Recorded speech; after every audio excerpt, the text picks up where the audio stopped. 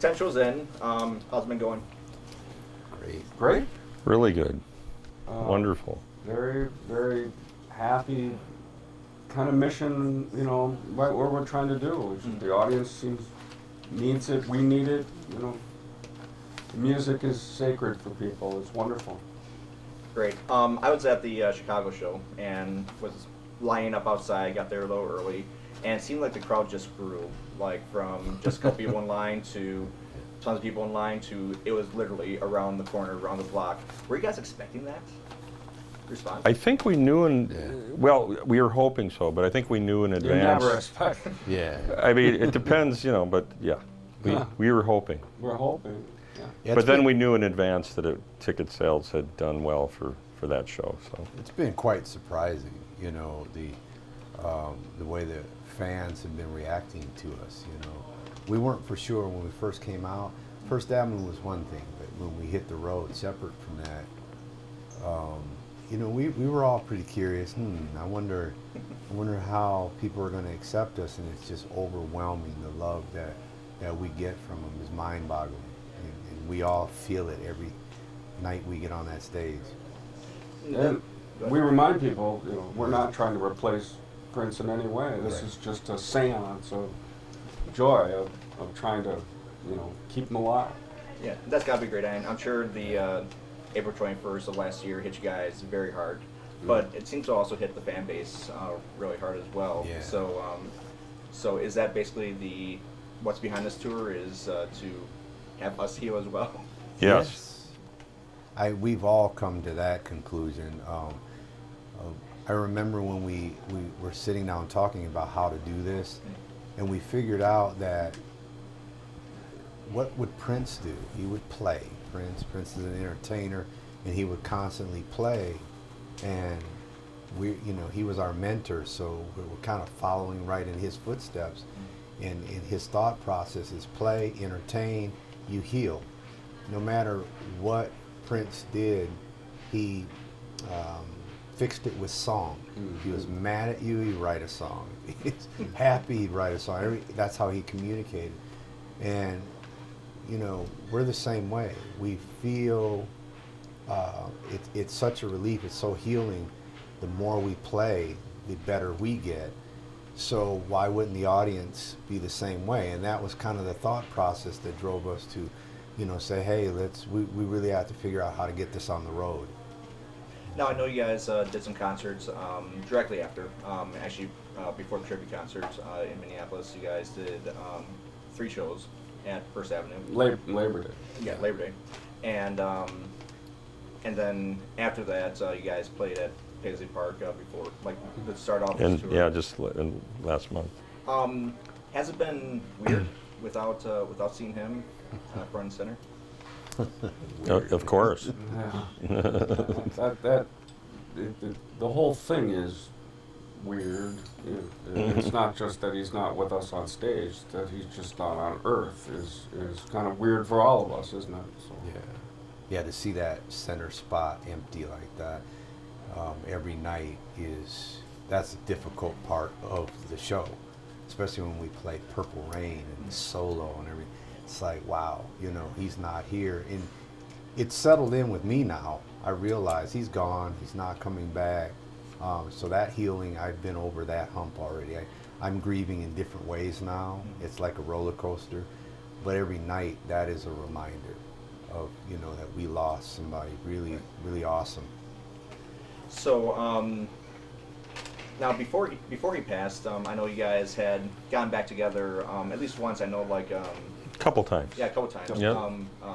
Something that comes to mind is the benefit for Bobby Z, and so on. So it's kind of since he was here, I know you guys invited him to come, and you even left a guitar for him, but he didn't show it. Kind of the same. The feeling? crew did. Yeah, the crew. Okay. Yeah. Oh, okay. The crew The did. technicality.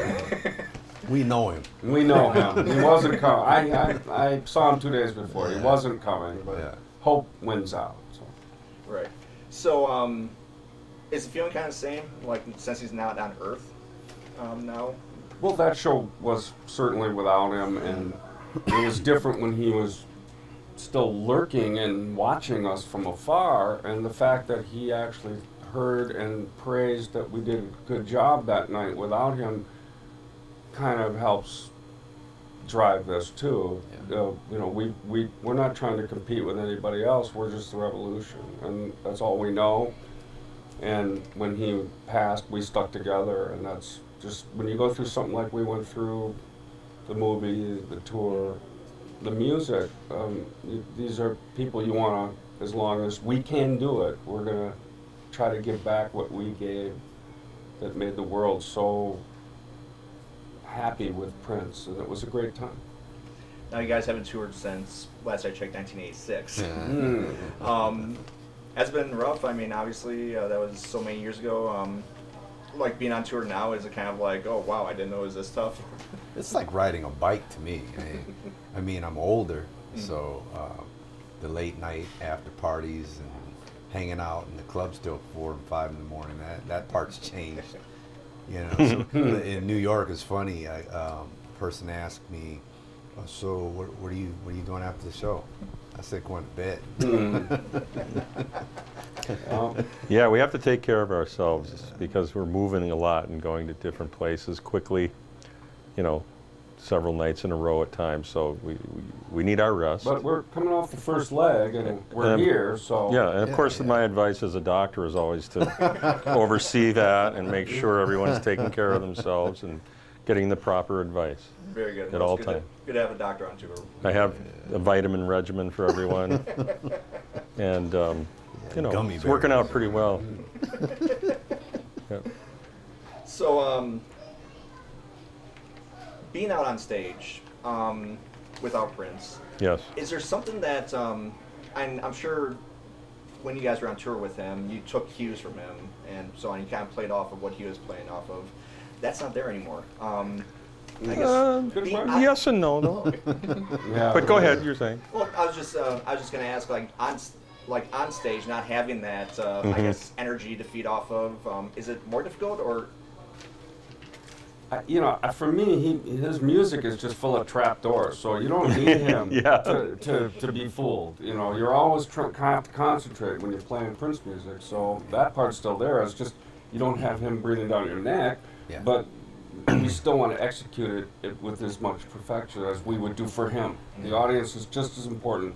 We want to do that like we would for him. And what a lot of people don't realize is, you know, we all 5 of us collectively, we were there day and night writing with him. We helped put all this together. So it's not about the music. That's like riding a bike. That comes back, and we're actually more seasoned now than we were back then as far as musicianship. Right. But the cues and everything, that's what made the show really dynamic. Prince would, you know, I remember he took his hanky and dropped it on the floor, and we had to hit, bam! You know, we had to stop right on the one, and if it didn't hit on the one, we had to figure out, you know, what we were going to do next.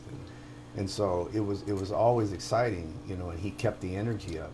And so we do miss that, but we're all creative enough. We look at each other, we play off each other. And, you know, the dynamic, like Matt was saying, yes and no, they're still there somewhat because we already understand what he would have done had he been here. The only thing we don't do is call out, you know, 65 hits. No, don't give away. We got one trick for you. Yeah. We got a trick for you. In the concerts, Wendy and Lisa do a solo in an acoustic to Sometimes It Snows in April. I know you guys go off stage there. What's it like backstage when that song's going? I know Wendy, like, it's really tough for her to do the song. I mean, what's it like for you guys backstage? Quiet. It's just a moment of heavy reminder of what's going on here, and it's a moment of silence. It's it's heavy. It gets easier to hear it without being choked up. Yes. You know, but as time goes on, but in those initial times performing it and of them doing it like at First Avenue and some of the subsequent dates, it definitely you can just You can lose it very easily during those. Well, at Paisley Park, for instance, when we kicked off the tour, it wasn't easy there. No. You know, in the audience, everybody's in tears. It's You know, his everybody's own words moved. that make it difficult. The Yeah. lyrics to that song are just so haunting, you know. Yeah. Given the author. I just go to the dressing room. I don't listen. I turn my ears off. I don't listen Yeah. because I can't do it. Not every night. Once in a while, I'll listen and see how they're doing, but most of the time, I just turn it off. Yeah. Then in Chicago, you guys followed that up with "Let's Go Crazy." So Yeah. Yeah. That's, Yeah. Hey, we had to lift it back up. Gotta come back up. Yeah. Yep. So you guys actually played Paisley Park at Paisley Park. Yeah. Yeah. Was that your guys' first time in Paisley Park when for a you lot went of the members, yeah. To play, to play in there? playing, yes, Yeah. yes. Well, I'd done some things over there, studio work-wise, and as we all had, but I think Wendy and Lisa was their first time there. yeah, Yeah. but I'd been there. Surreal to see it all again without him there. Yeah, to see it converted into the museum was Right. Yeah. definitely interesting to see it in that way after seeing it more as a workplace, and now with all of our images in there, and it's just it's very moving. It was hard for me because that's where he lived. I mean, and if you know Prince, he lived. You know, I mean, you're talking a guy that I would not doubt it if he went to sleep with his Horner, sleeping with his guitar. You know, I mean, his pajamas all pressed out neatly. I mean, I don't know. I mean, but he lived and breathed what he did. I mean, that was him 24/7. And when you go there, it's not that anymore. You know, it's a museum. Yes, it's great. People get to come in and they get to experience, you know, the place he worked. But you don't understand how he lived prior to them changing it over to the museum, because they moved things around, and so that was hard for me. Because like Matt, I worked out at Paisley. You know, I did a few albums out there, and it was a whole different experience. You know? Yeah, he decorated it the way it is now for the museum. In the beginning, it was a functioning studio. Yeah. Yeah, a house. It's a big house. Turn it into a house. Yeah. So, how do you guys determine the sets of what you're gonna play? I mean, I'm not sure if you guys play each song the same sets at each show, but how do you determine like what you're gonna play? Everybody contributes to that. You know, we all sort of put in our own version of a show list that we'd like to possibly do, and then we mull it over for a while and chime in as to, take a vote kind of thing, It's rough. But it's a little it's a little difficult. The ultimate at first, but- playlist. Yeah. But it went a lot easier than I thought it would actually. Yeah. And We just distilled extensive. it down and hammered it out. We tried all these different ideas. And, There's such an extensive library. Yeah. I mean, it's just deep. yeah. It's like, oh, we forgot It's this song. extensive. Yeah, that's the issue. There's so much to choose from, and everybody, has their favorites and what they think we should be doing and all that. But I think we relied heavily on Mark too as well. We really, it seemed like whenever he would come up with his list, we all gravitated towards his more than anyone else's. So He knows how to party. yeah, it worked out really well that way. Hey, And then let Marky do it. He'll do anything. I look at you guys' concerts or lists of where you guys are going, and I see Chicago, I see LA, I see Washington D.C., Philly, San Francisco, Seattle. Why Madison? because it's a great town in the Midwest. It's close to Minneapolis. Good one. Yeah, we're And Midwest. it's, It's starting back up here. Yeah. because it's close to Minneapolis. Sure, it's a And it's a place that just never had felt it. Yeah, Never been here. Prince did that kind of stuff. We want to try to play, yeah. We used to can. play Ames, Iowa, which it's We did. in the middle of the Prince played country. Ames, Iowa. Yeah. We'd head down there, and that's not really considered a big town, but and I was asking earlier someone. I said, how many people live here now? And they said about 300,000 or so. Is that with the suburbs and downtown, or the whole city just in I general? believe just Madison proper. Okay, well that's pretty big, you know. Sheridan, Good. Wyoming. Yeah. Small, yeah. Great. Something that I've noticed, that the revolution, it screams diversity. I mean, you have men, women, black, white, gay, straight. Was it planned that way, or did it just happen? It was planned that way. Yeah. I've always said, they were here long before me, and I came Well, in. not 80 too long Not before. too long. A few I years. came in '81, Well, it's and you know, about 3 years. when I came in, I couldn't put my finger on it, but you could tell. I mean, I learned very quickly he was a genius. And number two, he had a life plan. I mean, he had this mapped out pretty long into the future. Because I remember he told me, he said, if this album doesn't work, things are going to change. You know, I was like, what do you mean if this album doesn't work? You just hired me. I need this job, you know. And he said my contract's up, and we're not sure, what's going to happen here. It's very different.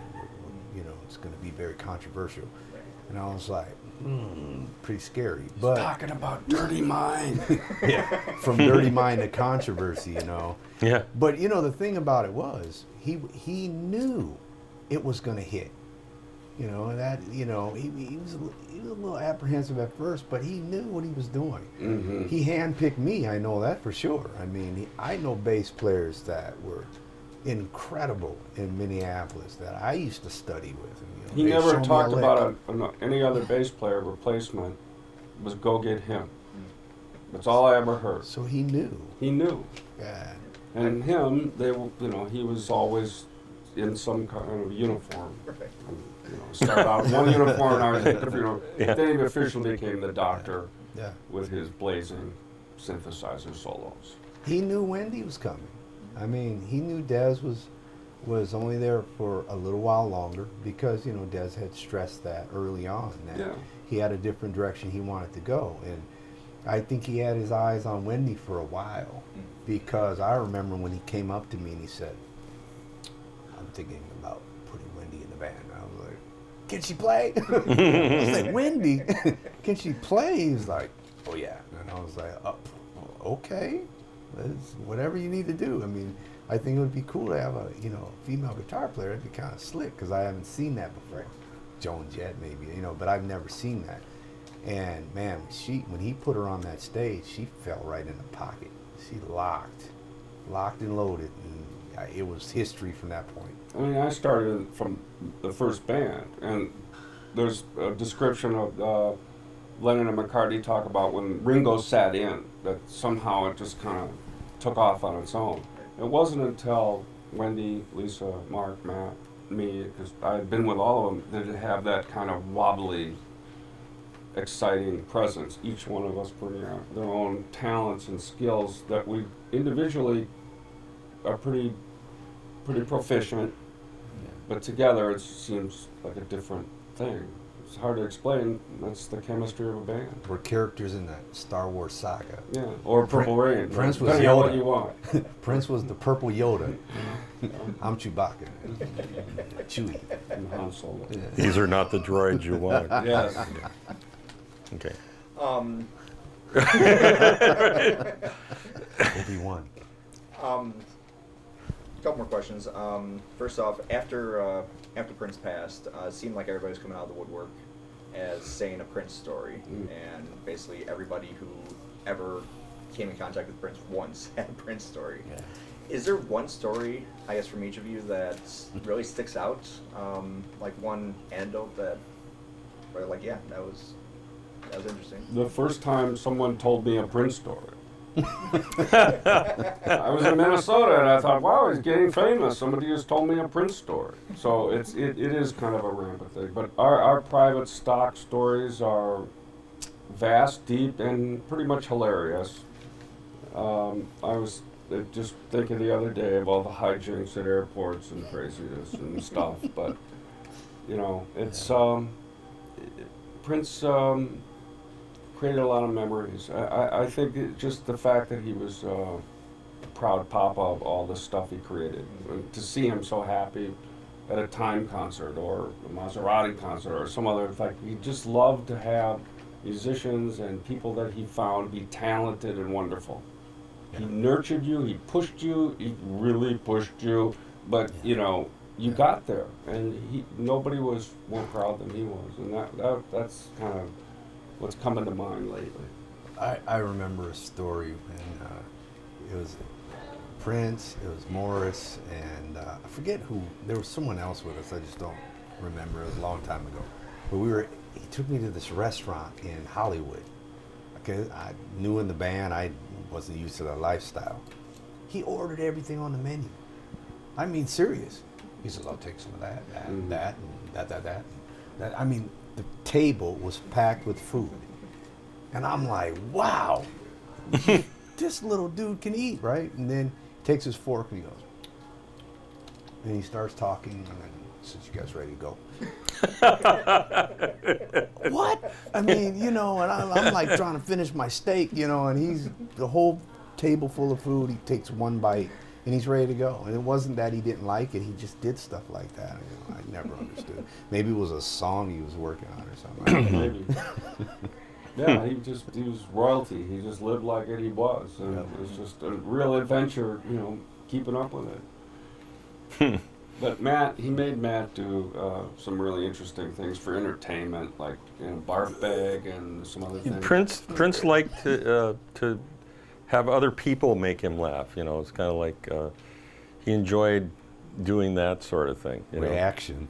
He liked that. I mean, he was great sense of humor, could be very funny himself, but he really enjoyed laughing at other people's antics. You know. So kind of like 1920s movies, but in real life. Yeah. Sight gags, that kind of stuff.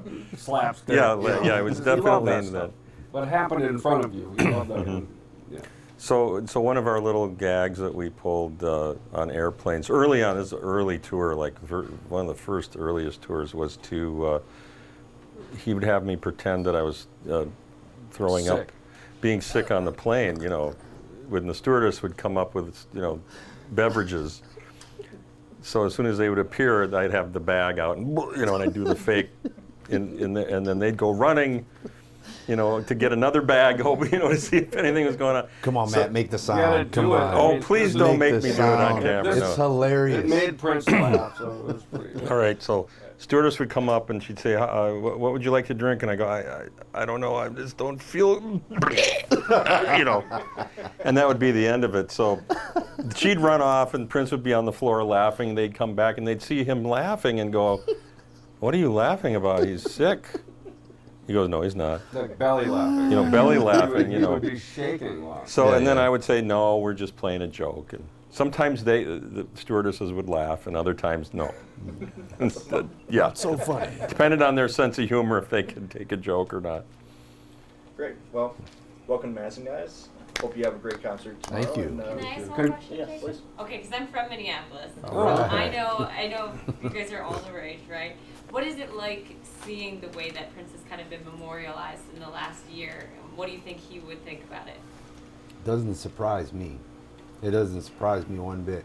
A lot of people did not realize he was as famous as he was. Mm-hmm. You know, you think about Michael Jackson, David Bowie, you think about some of the other, Elvis Presley.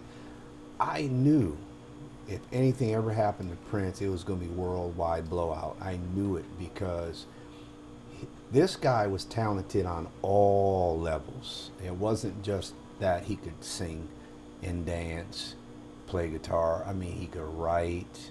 He did a movie.